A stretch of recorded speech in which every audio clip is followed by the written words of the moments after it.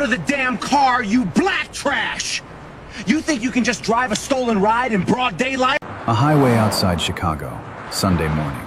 A white officer screaming at a black woman over a car she owned. This SUV matches a stolen vehicle. Dark color. Illinois plates. That's you. Hands behind your back. Officer, this is my car. I can show you the registration. Shut up! And you Cold metal clicked around her wrists. Right there on the highway, in front of everyone. Cars slowed. People stared. No one said a word. But what Hollis didn't know, and what someone was about to tell him, would turn this moment into the end of his career. To understand what happened on that highway, you need to know who Grace Anderson really was. Not the woman in handcuffs. Not the woman being screamed at by a man with a badge. The woman before all of that. Grace Anderson was the governor of Illinois. She had held the office for 3 years.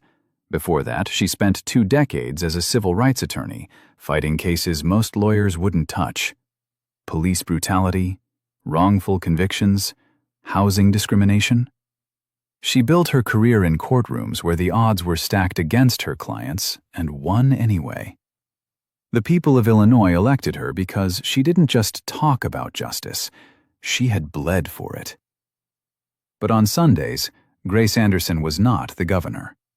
On Sundays, she was a daughter. Every week, without exception, she drove from the governor's residence in Springfield to her mother's house in Chicago. 200 miles.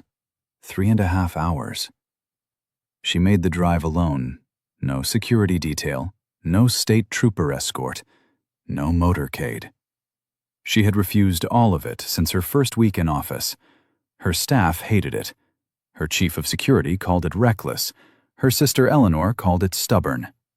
Grace called it necessary. "The day I need a motorcade to visit my mother," she once told her press secretary, "is the day I've forgotten who I work for." She drove a dark blue SUV from the state's executive fleet, standard plates, no governor's seal on the doors, no flags on the hood.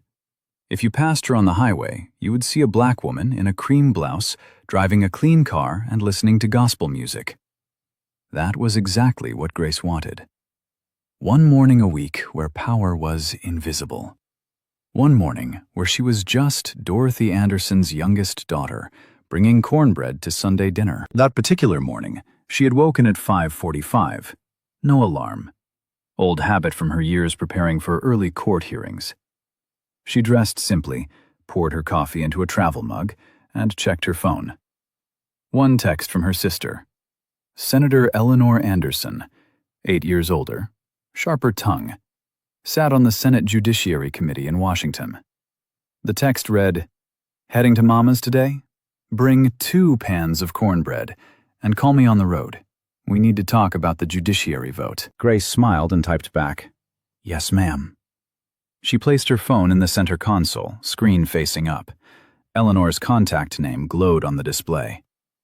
Big Sis, Senator. She pulled out of the residence at 6:15 and turned onto the highway toward Chicago. The drive was quiet. Fields gave way to suburbs. Suburbs gave way to highway sprawl. Grace kept the radio on low, a gospel station out of Decatur that her mother had listened to for 40 years. She hummed along. The road was open. The sky was gray and soft. It felt like peace. Now, you need to know about the man who took that peace away. Sergeant Derek Hollis had been with the Illinois State Highway Patrol for 14 years. He was 41 years old, white, broad-shouldered, and loud. He believed in 2 things: the authority of the badge and the certainty of his own instincts. His record told a different story than the one he told himself. 7 excessive force complaints in 5 years, all filed by Black or Latino drivers, all investigated internally, all cleared. His union representative described him as effective and decisive. Community activists in 3 counties described him as something else entirely. One complaint involved a 19-year-old college student pulled over for a broken taillight. Hollis had forced the young man to lie face down on hot pavement for 11 minutes while he searched the car. He found nothing. No charges were filed against either of them. That morning, Hollis was parked at a staging area off I-55 with his partner, Trooper Nathan Price.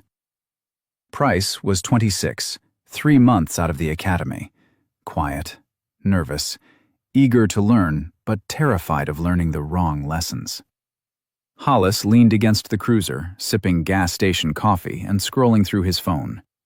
He showed Price a news article about a new state policy requiring body cameras on all traffic stops. Real-time activation. No officer override. "You see this?" Hollis said, shaking his head. "Another politician sitting in an office telling us how to do our jobs. They've never spent 1 minute on a highway. Not one." Price said nothing. He just nodded and looked at his boots. The radio crackled. Dispatch reported a vehicle matching the description of one involved in a carjacking 2 counties south. Dark-colored SUV, Illinois plates. That was it. No make, no model, no year, no partial plate number. Just a dark SUV somewhere on a highway in Illinois. On any given day, that description matched thousands of vehicles. But Hollis sat up straight. His eyes narrowed. He tossed his coffee cup into the trash and climbed into the cruiser. "Let's go fishing," he said. Price hesitated. "Sarge, that description is pretty broad. Shouldn't we wait for more details from dispatch?" Hollis turned the key. "I've been doing this for 14 years, kid. You learn to trust your gut." They pulled onto I-55, heading north toward Chicago. Meanwhile, Grace was 20 miles ahead. She had just passed a small church where a Sunday service was letting out. Cars lined the gravel lot. Children in pressed shirts chased each other between the vehicles. She slowed and smiled. On the shoulder just beyond the church, a gray minivan sat with its hazard lights blinking. A flat tire. An older black man in a dark suit, Pastor Raymond Cole, 63, beloved in 3 counties, was kneeling beside the wheel while 2 members of his congregation helped with the jack. Grace slowed as she passed. She gave a small wave through the window. One of the churchgoers, a younger man who served on the governor's community advisory board, squinted at the SUV. "Was that?" he murmured to Cole. Cole glanced up, shook his head. "Couldn't tell. Come on, hand me the lug wrench." Grace picked up speed. A mile later, her phone rang. Eleanor. She tapped the speaker button. "Morning, big sis." "Morning. You on 55? Just past Wilmington." "Good. Listen, the judiciary vote is Thursday, and I need to talk strategy. But first, did you actually make cornbread, or did you buy it from that bakery again? Because Mama will know. She always knows." Grace laughed. "I made it. 2 pans. From scratch." "That's my girl." The sisters talked. About politics. About cornbread. About whether their mother's roses had survived the late frost. For 12 minutes, Grace Anderson was not the governor of anything. She was just a little sister, being bossed around by her big sister on a Sunday morning. Then she glanced in the rearview mirror. Red and blue lights, flashing hard. A highway patrol cruiser accelerating fast, swerving into the lane directly behind her. Grace checked her speedometer. 63 miles per hour. The limit was 65. She signaled, pulled to the right shoulder, stopped, put the car in park, placed both hands on the wheel. "Eleanor, hold on. I'm being pulled over." "Pulled over? For what?" "I don't know yet." Behind her, the cruiser parked aggressively close. The door swung open hard enough to bounce on its hinges. Sergeant Derek Hollis stepped out. He didn't walk toward the SUV. He strode, one hand on his belt, the other already pointing. Hollis reached the driver's window in 4 steps. He did not greet her. He did not introduce himself. He did not ask for license or registration. Every protocol drilled into officers at the academy. Identify yourself, state the reason for the stop, request documentation. He skipped all of it. He went straight to the command. Step out of the vehicle. Grace kept her hands on the wheel. She had spent 20 years training clients for exactly this moment. Stay calm. Speak clearly. Narrate your movements. Do not give them a reason. Officer, I'm happy to cooperate, she said. May I ask why I've been pulled over? Hollis leaned closer. His shadow filled the window. I'm not going to ask you twice. Step out. I understand, officer. I'm going to reach for my license now. It's in the sun visor above me. I'm going to move slowly. She raised her right hand toward the visor. Slowly. Deliberately. The way she had told hundreds of clients to do in her old practice.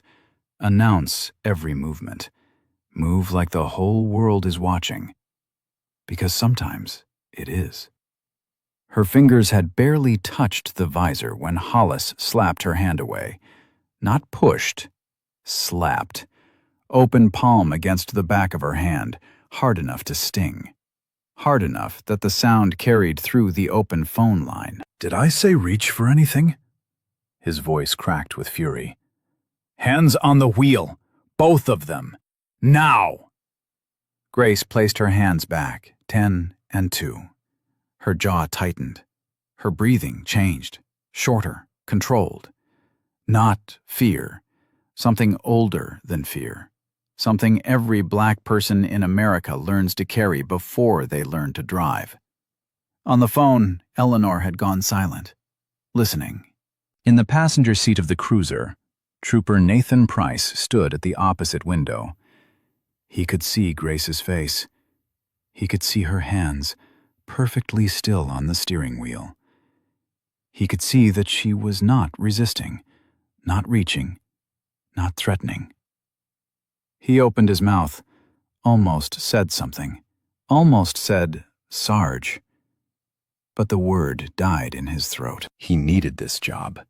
He had student loans, a new apartment, a mother back in Peoria who told everyone her son was a state trooper now. He swallowed the word and looked down at the asphalt. That silence would cost him more than he knew. Hollis ordered Grace out of the car. She complied, slowly, methodically, exactly as trained. She unbuckled her seatbelt, placed one foot on the pavement, then the other. She stood with her hands visible at her sides. He pointed to the shoulder of the highway. Stand over there. Face the car. Hands on the roof. She was now standing on the side of a highway, palms flat against her own vehicle, while traffic rushed past at 65 miles an hour. A Sunday morning spectacle. A woman who had committed no crime being displayed like a suspect in a drug raid. Hollis began a pat-down. No probable cause, no stated reason. He didn't ask permission because he didn't believe he needed it. Grace spoke again. Not louder, not angrier. If anything, quieter. The kind of quiet that comes from years of channeling fury into precision. Sergeant, you have not stated a reason for this stop. You have not asked for identification. You have not provided your name or badge number. I have cooperated with every instruction. I need you to tell me what this is about.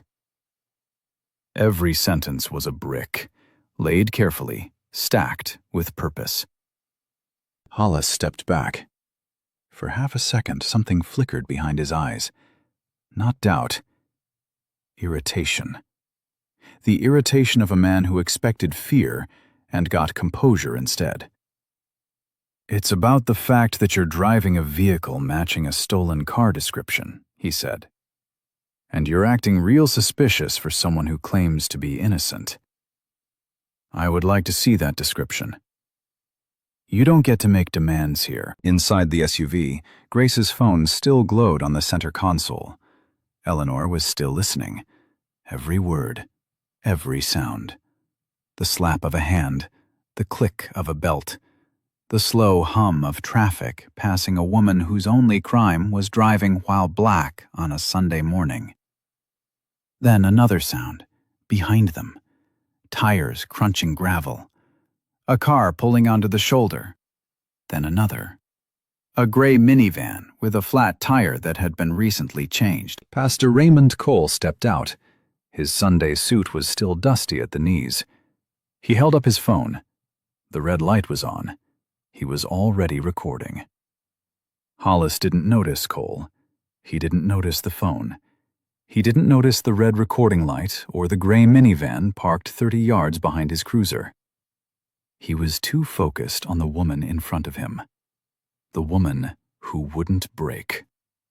That bothered him more than he would ever admit. He keyed his shoulder radio. "Dispatch, run the plates again on the dark blue SUV. Illinois tag, I-55 northbound, mile marker 238. The radio crackled.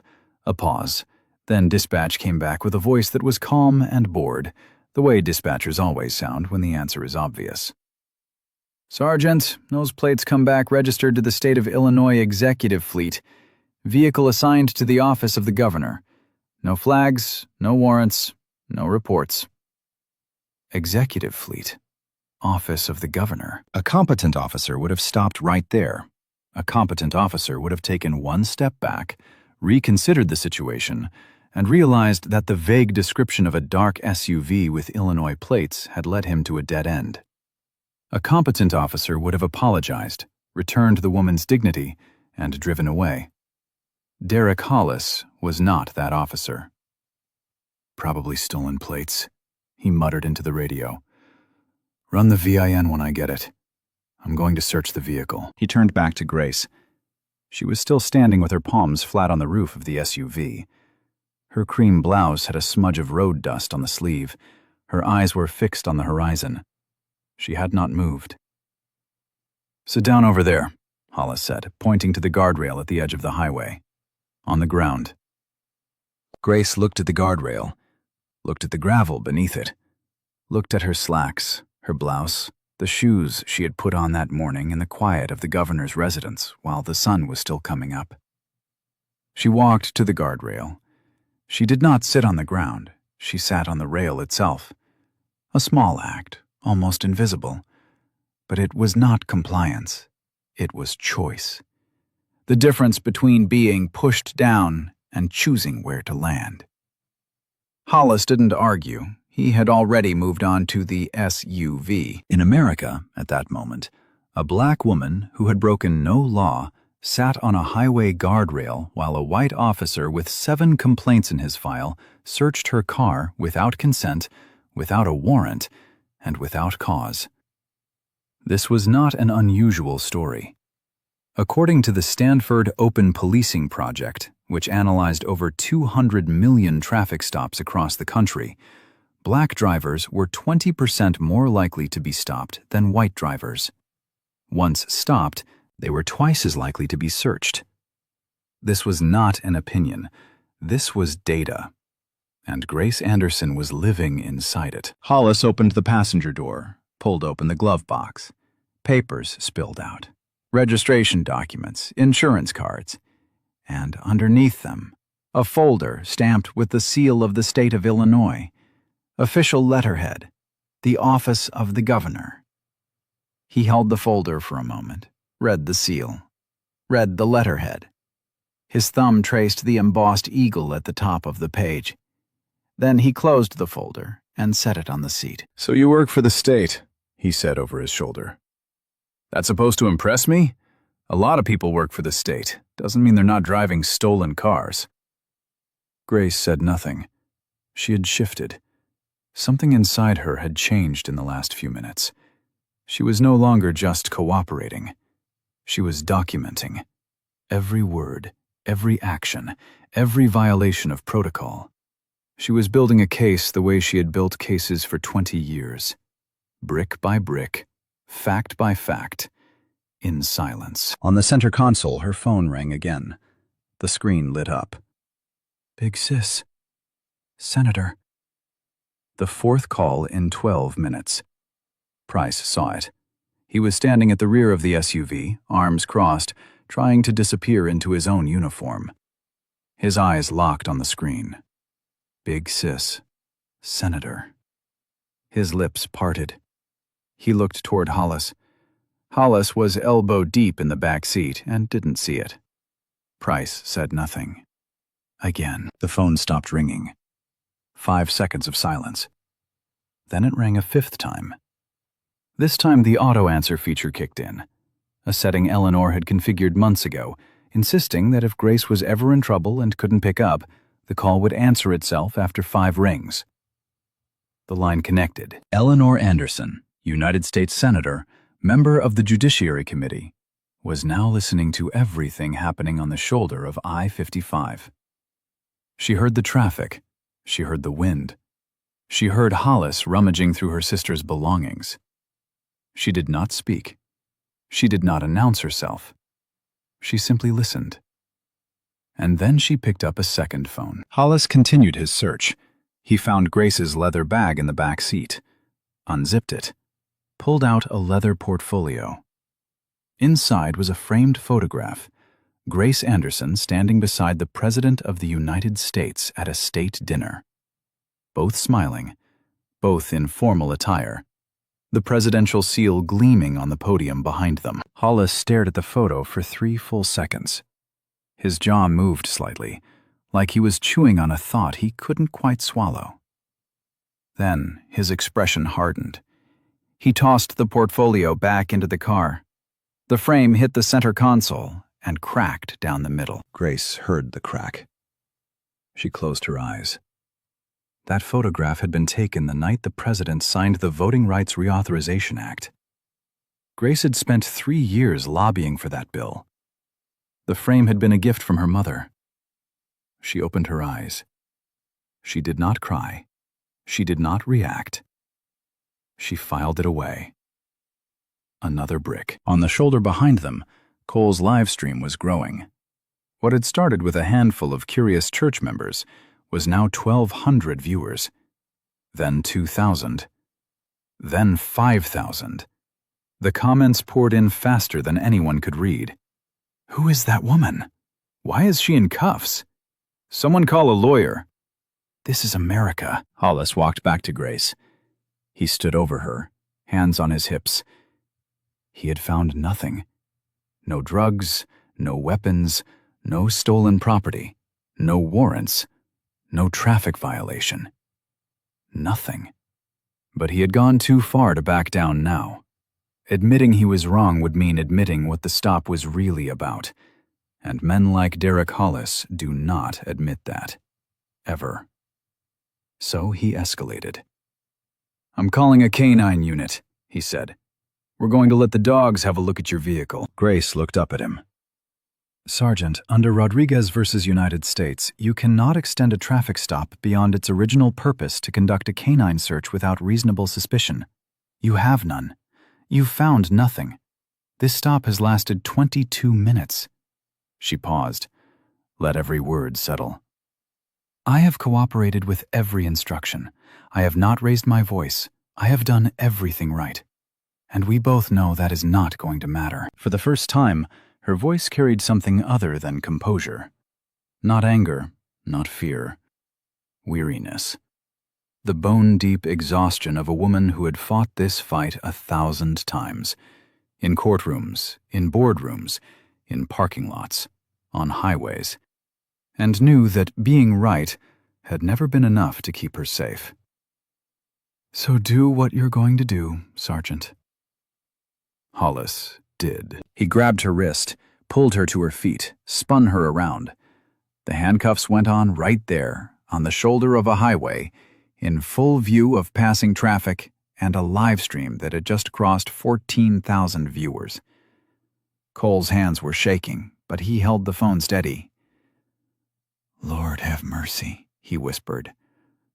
"Lord have mercy." Price turned away. He couldn't watch. His hand went to his face. His shoulders dropped. He stood there, back to the scene, staring at the cruiser's tire like it held some kind of answer. It didn't. Grace stood perfectly still, cuffed, straight-backed, eyes forward. She did not struggle. She did not plead. She looked like exactly what she was. A woman of immense power being stripped of every visible trace of it by a man who had none of his own. And then, in the distance, a sound, not sirens, not horns, something else. The low growl of engines. Multiple vehicles, moving fast. Hollis looked up, squinted against the morning sun. 3 black SUVs crested the hill a half-mile north. State police insignia on the doors. Lights flashing, moving in formation, moving with purpose, moving toward him. "What the hell is that?" Hollis said. He didn't know it yet, but the phone call Eleanor Anderson had made 11 minutes ago had just arrived. The 3 SUVs pulled onto the shoulder in a tight line. No hesitation, no confusion. They parked with military precision. One behind Hollis's cruiser, one beside it, one ahead of Grace's vehicle. Doors opened simultaneously. 6 doors, 6 people. Every one of them in a position to end Sergeant Derek Hollis's career before lunch. Lieutenant Governor Brenda Shaw stepped out of the lead vehicle first. She was 59 years old, 5'4", gray blazer over a white blouse, reading glasses pushed up on her forehead. She looked like a woman who had been interrupted in the middle of her Sunday morning paperwork. She looked like someone's favorite aunt arriving at a family barbecue. But the way she walked told a different story. Shaw did not look at Hollis. She did not acknowledge his cruiser. She did not glance at Price or at Cole or at the growing line of cars slowing down to watch. She walked directly to Grace Anderson. Straight line, no detour, every step deliberate. Hollis stepped forward. Instinct, territory. "Ma'am, this is an active traffic stop. I'm going to need you to step back to your—" Shaw held up one hand. She did not turn around. She did not raise her voice. She simply held up her hand the way a woman holds up her hand when a fly is buzzing near her ear. Hollis stopped mid-sentence. Shaw reached Grace. She looked at the handcuffs. She looked at the dust on Grace's blouse. She looked at the crack running down the center of the photo frame visible through the open car door. She took all of it in, every detail, every indignity, in 2 seconds flat. Then she spoke. Clear. Calm. Loud enough for Hollis to hear. Loud enough for Cole's live stream to capture. Loud enough for the 14,000 people watching on their phones to feel the words land like a hammer on glass. "Governor Anderson? Are you all right?" Governor. The word hit the air and everything stopped. The highway noise faded. The wind died. Cole's hands froze on his phone. Price's head snapped up like he had been slapped. 2 passing cars braked so hard their tires chirped on the pavement. And Derek Hollis, Sergeant Derek Hollis, 14-year veteran, 7 complaints, 0 consequences, felt his stomach drop through the floor of the earth. "What?" he said.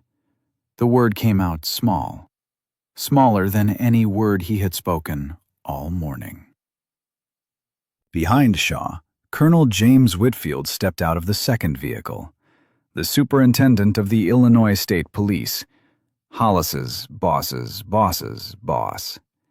He was wearing his full-dress uniform, dark blue, gold insignia, campaign ribbons.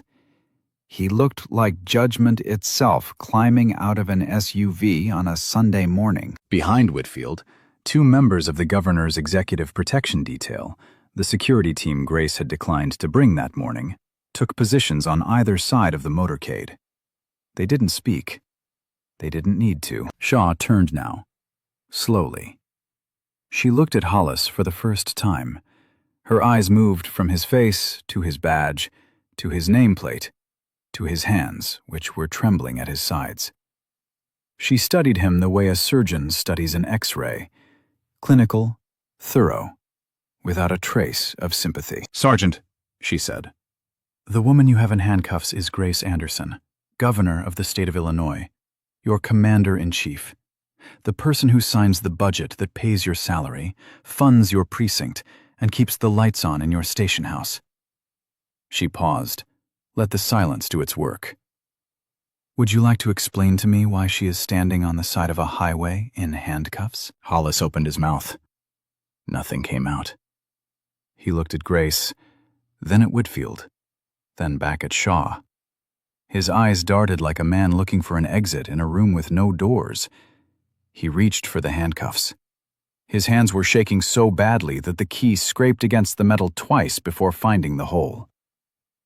Don't. Grace's voice. One word. Quiet. Final. Don't touch me again. Hollis froze. His hand hung in the air. The key dangled between his fingers. He stood there, a man who had spent the last 30 minutes exercising absolute power over another human being, now unable to complete the simplest mechanical task because the ground beneath his authority had vanished. Colonel Whitfield stepped forward. He moved past Hollis without looking at him. He approached Grace and produced a handcuff key from his pocket. His movements were gentle, careful. He unlocked the left cuff first, then the right. He placed the handcuffs in his own pocket. Not in Hollis's hand, not on Hollis's belt, in his own pocket. Then he stepped back and spoke to Hollis in a voice that was barely above a whisper. But whispers carry on a quiet highway, and Cole's microphone caught every syllable. Sergeant Hollis, step away from the governor. Do not speak. Do not move. Do not reach for your radio. You are relieved of duty, effective immediately. Hollis took one step back, then another. His boots scraped the gravel. He looked like a man sleepwalking through the worst dream of his life. And then, from behind them, movement. Trooper Nathan Price stepped forward. He didn't wait for permission. He didn't ask to be recognized. He removed his hat. He held it against his chest. His eyes were red. His chin was trembling. 26 years old and already carrying a weight that would follow him for the rest of his career. Governor Anderson, he said, I'm sorry. I should have stopped this. I watched it happen, and I knew it was wrong from the first second, and I didn't say a word. I didn't do my job. I failed you. Grace looked at him. A long beat. She studied his face the way she had studied thousands of faces in courtrooms, searching for performance, for calculation, for the easy tears of a man protecting himself. She found none of those things. She found a young man who was terrified and ashamed, and telling the truth. She nodded once. You're going to have to live with that, son. What you do with it from here is up to you. Price put his hat back on. He stepped back into line. He did not look at Hollis. Then, the phone. Grace's SUV was still open. The center console still glowed, and from the speaker, a voice filled the air. Strong. Familiar. The voice of a woman who had been listening to every minute of the last half hour in complete silence. Grace? It's Eleanor. I heard everything. Every word. Colonel Whitfield is there because I called the superintendent's office directly. Are you hurt? Grace walked to the car. She leaned into the open door. She pressed her hand flat against the console, next to the cracked photograph of her and the president. I'm not hurt, Eleanor. A pause. One breath.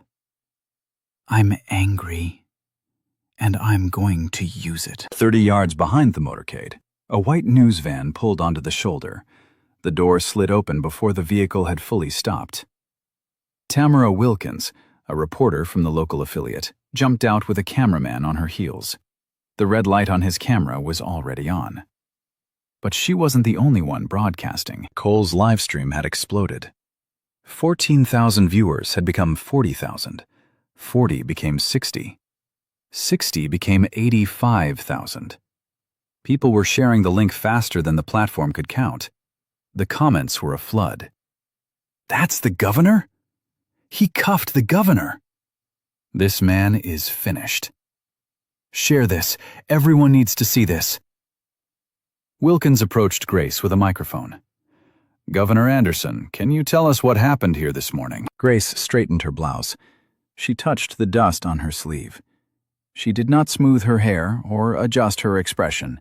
She stood exactly as she was, rumpled, tired, furious, dignified, and spoke not as a politician giving a statement, but as a woman giving testimony. What happened to me this morning happens to black men and women across this country every single day. The difference between me and them is simple. A motorcade showed up for me. Most people don't get a motorcade. Most people get a record, or a hospital bed, or a funeral. She paused, the camera held on her face. 85,000 people held their breath. I didn't want to be the governor today. I wanted to be a daughter driving to see her mother. I wanted to bring cornbread to Sunday dinner, that's all. And I was denied that simple dignity by a man who saw my skin before he saw my humanity, before he saw anything at all. She looked directly into the camera, not at Wilkins, not at Cole's phone, into the lens, into the eyes of every person watching. I will personally review every excessive force complaint in this officer's file. I will request a full audit of traffic stop data across our state patrol, broken down by race, by district, by individual officer. And I will introduce legislation to ensure that what happened to me today is documented, investigated, and punished. Every single time. Not just when it happens to the governor. The crowd that had gathered, motorists pulled over to watch, churchgoers from Cole's congregation, a family in a red sedan with 2 children pressed against the back window, began to clap. It started slowly, a few hands, then more. Then it built and spread down the highway like a wave. Horns honked. People stepped out of their cars. A truck driver, 3 vehicles back, leaned on his air horn and held it. For 30 seconds, I-55 sounded like a stadium. Grace did not smile.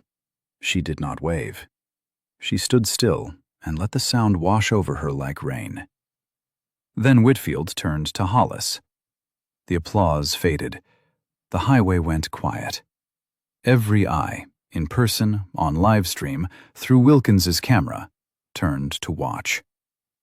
Whitfield extended his hand, not for a handshake, palm up, open, waiting. Badge. Hollis unclipped his badge, placed it in Whitfield's palm. Firearm. Hollis unholstered his weapon, handed it over. Radio. Cruiser keys, one by one, piece by piece. Every symbol of the authority Hollis had abused for 30 minutes was removed from his body and placed in someone else's hands. You are suspended without pay, effective immediately, pending a full internal affairs investigation, Whitfield said. You are under administrative order not to contact Governor Anderson, any witnesses, or any member of the press. Do you understand? Hollis tried. One last attempt. Colonel, I didn't know. I was following the stolen vehicle description. I was just doing my... You ran her plates, and they came back to the state executive fleet, Whitfield said. You found official documents bearing the governor's seal. You found a photograph of her with the President of the United States. You were given every opportunity to stop, to think, to course correct. And at every single turn, Sergeant, you chose escalation. He leaned closer. Not for intimidation, for clarity. This isn't about not knowing who she was. This is about not caring who she was. Because in your mind, you already knew everything you needed to know the moment you looked through that window. Hollis had no answer. There was no answer. He was escorted to the back seat of a patrol vehicle. The door closed. The window was tinted. Nobody could see his face. Nobody needed to. Price watched the car pull away. Then he turned to Whitfield, removed his hat again. "Sir, I want to make a full statement. Everything that happened from the beginning. I should have intervened, and I want it on record that I failed to do so." Whitfield studied him. "That statement might save your career, Trooper, or it might end it. Are you sure?" "I'm sure, sir. It's the least I can do." Whitfield nodded once. "Then report to Internal Affairs at 0800 tomorrow. Bring nothing but the truth." And then one final detail. The detail that would play on every news broadcast for the next 72 hours. The detail that audiences would rewind and replay until it burned into the national consciousness. Hollis's body camera, the one he had forgotten to activate that morning, had been recording the entire time. Every word, every slap, every command, every second of those 30 minutes on the highway. It had been triggered remotely by dispatch at the start of the stop, an automatic activation feature, part of a new state policy requiring real-time body camera footage on all traffic stops with no officer override. The policy had been signed into law 18 months earlier by Governor Grace Anderson. 72 hours later, the world had seen everything. Cole's live stream had been viewed 28 million times. Hollis's body camera footage, every frame of those 30 minutes, had been released by the governor's office and picked up by every major network in the country. Cable news ran it on a loop. Morning shows dissected it frame by frame. Late-night hosts opened their monologues with it. Social media turned Grace Anderson's face into a symbol and Derek Hollis's name into a warning. But Grace was not interested in symbols. She was interested in systems. 3 days after the stop, she stood behind a podium at the Illinois State Capitol. No teleprompter, no prepared remarks, just a woman in a Navy suit who had spent 72 hours turning fury into policy. She announced 4 things. First, Sergeant Derek Hollis had been terminated from the Illinois State Police, effective immediately. A criminal investigation had been referred to the State Attorney General's office for unlawful detention, abuse of authority, and violation of civil rights. His 14-year career was over. His pension was under review. Second, she was ordering a statewide audit of all traffic stop data from the past 5 years. Every stop, every search, every use of force, broken down by race, by district, by individual officer. The data would be made public, not summarized, not filtered, not buried in a report that no one would read. Public, searchable, permanent. Third, mandatory de-escalation training for every officer in the State Patrol, co-developed with community leaders, civil rights organizations, and law enforcement professionals who understood that a badge was a responsibility, not a weapon. Pastor Raymond Cole had already been invited to serve on the advisory board. Fourth, she was introducing legislation she called Grace's Law. The bill would require real-time body camera activation on all traffic stops across the state. No officer override. No, I forgot to turn it on. No convenient malfunctions. The technology already existed. The political will had arrived. On a highway outside Chicago on a Sunday morning, Senator Eleanor Anderson issued a statement from Washington the same afternoon, announcing her intention to introduce federal legislation mirroring the state proposal. "What happened to my sister," she wrote, "happens to someone's sister in every state, every city, every day. Illinois will lead. The nation will follow." The Fraternal Order of Police released a carefully worded statement distancing themselves from Hollis. They called his actions inconsistent with the standards of professional law enforcement. They did not apologize. They did not mention race. But they knew which way the wind was blowing, and they adjusted their sails accordingly. The press conference lasted 18 minutes. Grace took no questions. She didn't need to. The footage had already said everything. That evening, Grace finally made the drive to Chicago. This time she had a security detail. Not because she wanted one, because her mother had called 3 times, and the third call ended with Dorothy Anderson saying, "Baby, if you don't bring those troopers with you, don't bother bringing the cornbread either." When Dorothy Anderson gave an order, even the governor listened. The SUV pulled up to a small brick house on the south side. Trimmed hedges, a porch light on, even though the sun was still up. Rose bushes along the walkway, survivors of the late frost, just barely. Grace walked up the steps, carrying 2 pans of cornbread. The front door opened before she reached it. Dorothy Anderson was 78 years old, small, silver-haired, standing in the doorway in a house dress and slippers. She had watched every minute of the news coverage. She had seen her daughter in handcuffs on a highway. She had seen the body camera footage. She had seen the press conference. She did not say, "I'm proud of you." She did not say, "You were so brave." She did not say any of the things the rest of the country was saying. She looked at the 2 foil-covered pans and said, "Did you burn the edges again?" Grace laughed. Not the polished laugh of a governor at a fundraiser. The real one. The deep one. The one that came from the place where little girls still live inside grown women. "No, Mama, I did not burn the edges. We'll see about that. Come inside." They sat at the kitchen table. The same table where Grace had done homework as a child. The same table where her father had read the newspaper every morning before work.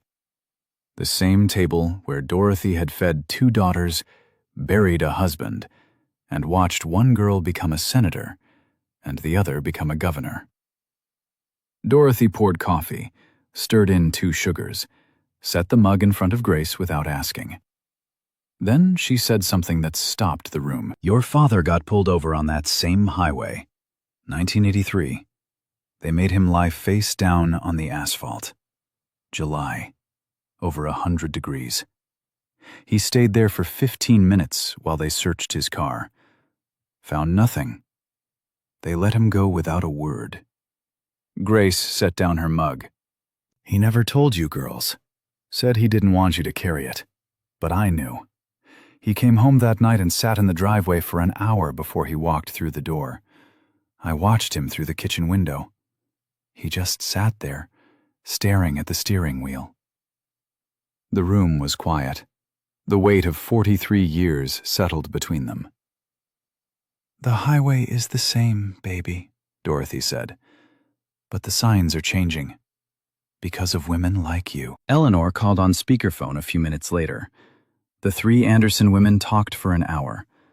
Not about policy, not about Hollis, not about body cameras or audits or legislation.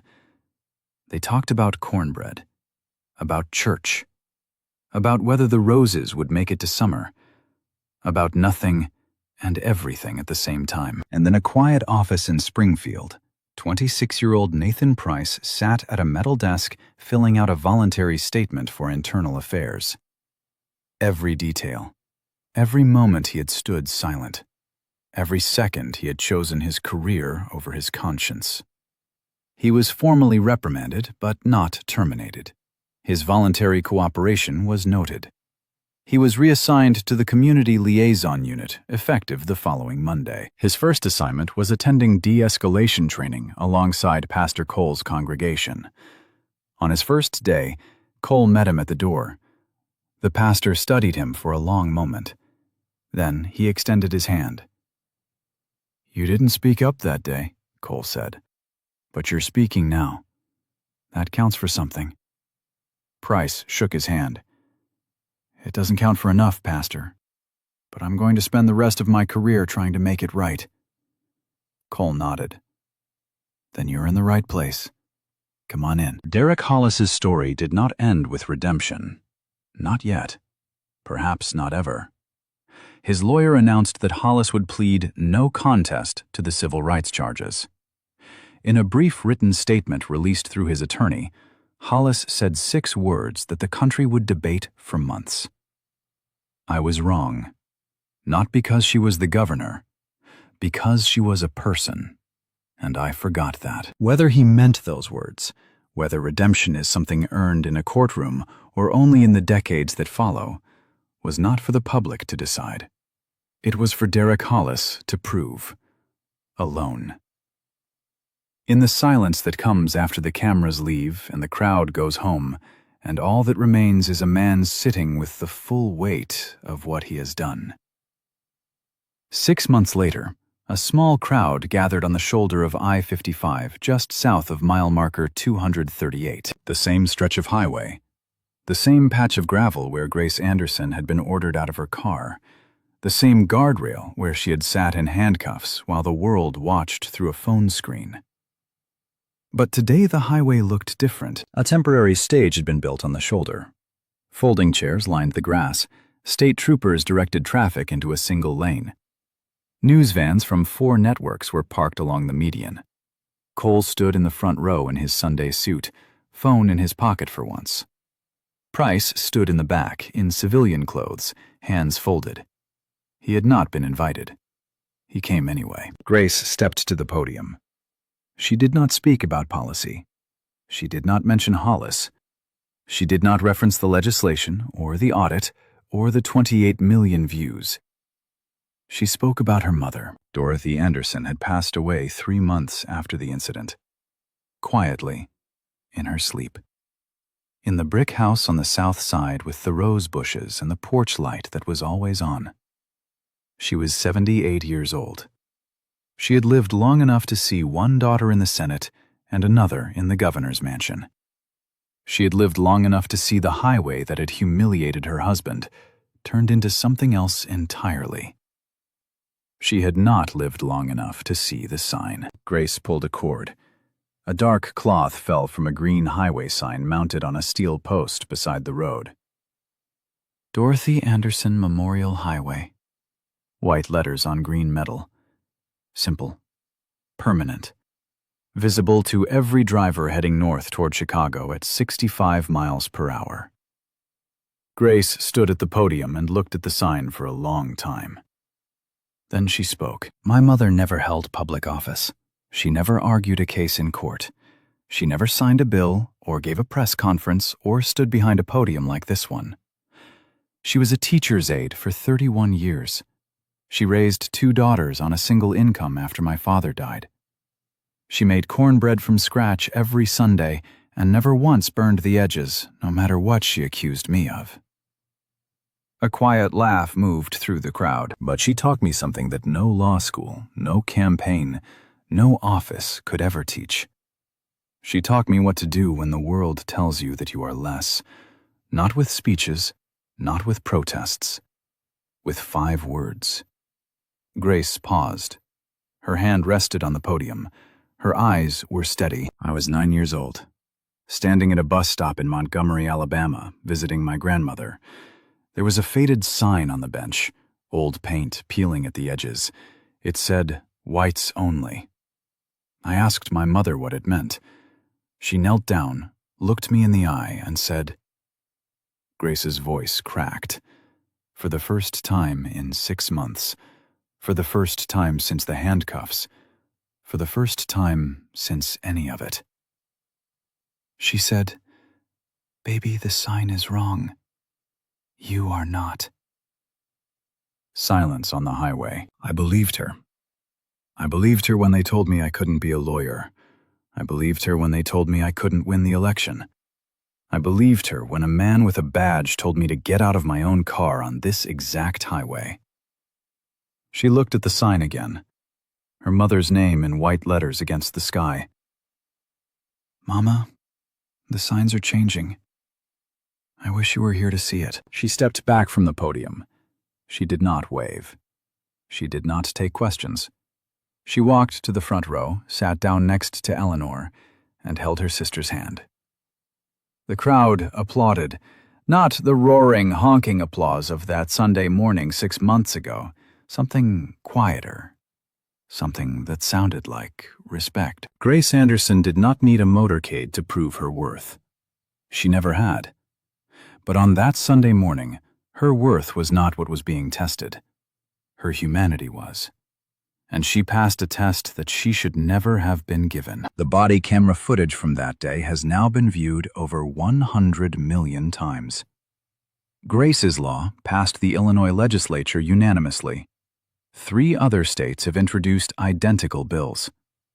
The statewide traffic stop audit revealed that black drivers in Illinois were stopped at 2.4 times the rate of white drivers. That number is now published monthly on a public dashboard that anyone can access. The highway is the same. The laws are changing. The signs are changing. But the question this story leaves behind is not about Grace Anderson. She had power. She had a title. She had a sister in the Senate and a motorcade 15 minutes away. The question is about the woman who doesn't. The woman sitting on a guardrail right now, somewhere in this country, on a highway you might drive tomorrow. No title, no motorcade, no cameras. Just a woman and a badge, and the silence of everyone who drives past without stopping. What happens to her? And if you were in one of those passing cars, would you stop? That is the question worth sitting with. That is the question worth sharing. Not because this story needs more views, because that woman needs more witnesses. If this story made you feel something, share it. Not for the algorithm, for the woman on the guardrail who nobody sees. Leave a comment. Tell us, have you ever been judged before you opened your mouth? Have you ever stayed silent when you should have spoken? Subscribe, because stories like this need to be told until the day they no longer need to be. The signs are changing, but only if we keep changing them. 30 minutes on a highway, 100 million views, and the law she shot herself, recorded every second of it. But you know what hit me hardest? It's not the badge, it's not the handcuff, it's Dorothy, Grace's mother, a teacher ed, 31 years, single income, 2 daughters, never held office, never gave a speech. But when her 9-year-old stood at the bus stop in Alabama, staring at the sign that said, "Whites only," Dorothy knelt down and said 5 words. "Baby, the sign is wrong. You are not." 5 words. That's all it took to build a governor. Because your worth was never something someone with a badge could take from you. It was never sitting in a title or a motorcade. It was placed inside you by the people who loved you first, long before the world tried to tell you otherwise. Ray had a senator on speed dial and a motorcade 15 minutes away. But what about the woman who had neither? If dignity only shows up when power does, was it power does?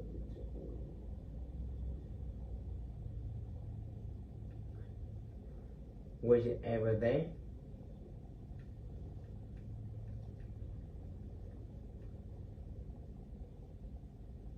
Because your worth was never something someone with a badge could take from you. It was never sitting in a title or a motorcade. It was placed inside you by the people who loved you first, long before the world tried to tell you otherwise. Ray had a senator on speed dial and a motorcade 15 minutes away. But what about the woman who had neither? If dignity only shows up when power does, was it ever really there? Have you ever been judged before you open your mouth? Tell me in the comments. Share this not for the algorithm, for the woman nobody see. Subscribe. We are telling this story until the day we don't have to.